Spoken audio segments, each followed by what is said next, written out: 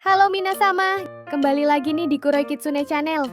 Guys, pernah kepikiran gak sih berapa banyak utang yang dipunya orang-orang di sekitar kita? Apa aja sih alasan mereka ngutang? Nah, di Jepang tuh banyak banget orang yang punya utang atau pinjaman loh. Dan alasan mereka macem-macem banget. Ada yang buat kuliah, ada yang buat nonton konser, bahkan ada juga yang buat nikah. Penasaran?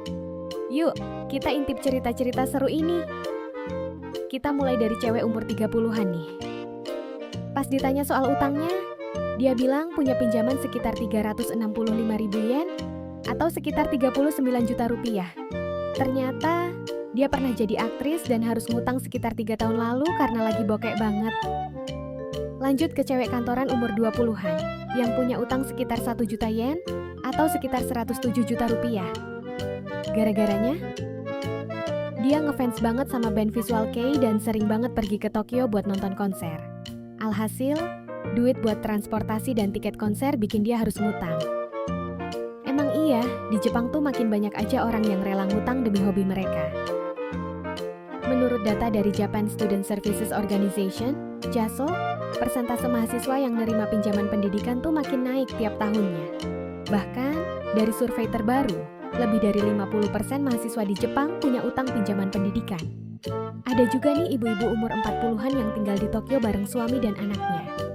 Dia ngaku punya utang sekitar 4 juta yen, atau sekitar 428 juta rupiah, gara-gara pinjaman pendidikan pas kuliah dulu. Selama 20 tahun terakhir, dia rutin bayar 20.000 yen, atau sekitar 2 juta rupiah, tiap bulan, dan sekarang sisanya tinggal kurang dari 500.000 yen. Atau sekitar 53 juta rupiah. Meskipun gitu, dia tetap menekankan pentingnya mikirin masa depan sebelum mutusin buat ngutang. Nah, mahasiswa zaman sekarang juga nggak lepas dari utang nih. Seorang mahasiswa yang kita wawancarai ngaku punya pinjaman sekitar 4,3 juta yen, atau sekitar 460 juta rupiah.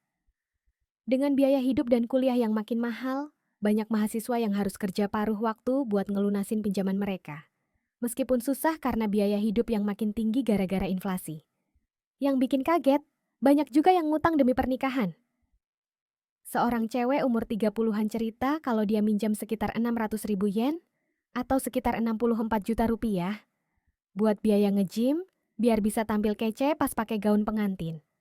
Bahkan, ada juga yang ngambil bridal loan atau pinjaman untuk pernikahan sebesar 3-4 juta yen. Atau sekitar 321-428 juta rupiah, biar bisa ngadain pernikahan impian mereka. Biaya pernikahan di Jepang sekarang rata-rata nyampe 2,5 juta yen, atau sekitar 268 juta rupiah. Jadi banyak pasangan yang harus nyicil sampai bertahun-tahun. Di sisi lain, ada juga yang ngutang buat investasi. Seorang cowok umur 40-an datang ke Pegadaian sambil bawa jam tangan Rolex mewahnya sebagai jaminan. Dia bilang mau beli jam tangan seharga 30 juta yen, atau sekitar 3,2 miliar rupiah, buat investasi karena harga jam tangan mewah terus naik dalam beberapa tahun terakhir. Pegadaian sendiri ngalamin peningkatan jumlah pelanggan gara-gara kondisi ekonomi yang makin susah. Ada juga pengusaha umur 50-an yang punya utang lebih dari 1 juta yen, atau sekitar 107 juta rupiah. Dia terpaksa ngegadein perhiasan ibunya demi bayar gaji karyawan di perusahaannya. Harga bahan bakar yang makin tinggi bikin bisnisnya susah, dan dia harus cari cara biar bisa tetap bertahan. Yang nggak kalah menarik, banyak orang Jepang yang punya utang perumahan dalam jumlah besar. Salah satu narasumber bilang kalau dia punya pinjaman hipotek sebesar 100 juta yen, atau sekitar 10,7 miliar rupiah, buat beli apartemen di Tokyo. Dengan harga properti yang makin tinggi, banyak orang yang terpaksa ngambil pinjaman dalam jumlah besar dan harus nyicil sampai umur 60-an.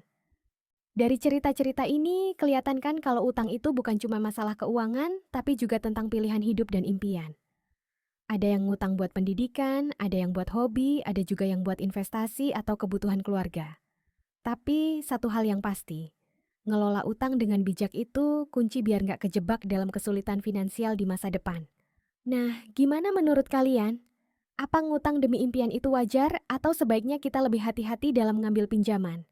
Tulis pendapat kalian di kolom komentar, jangan lupa like dan subscribe buat cerita-cerita menarik lainnya. Sampai jumpa di video berikutnya.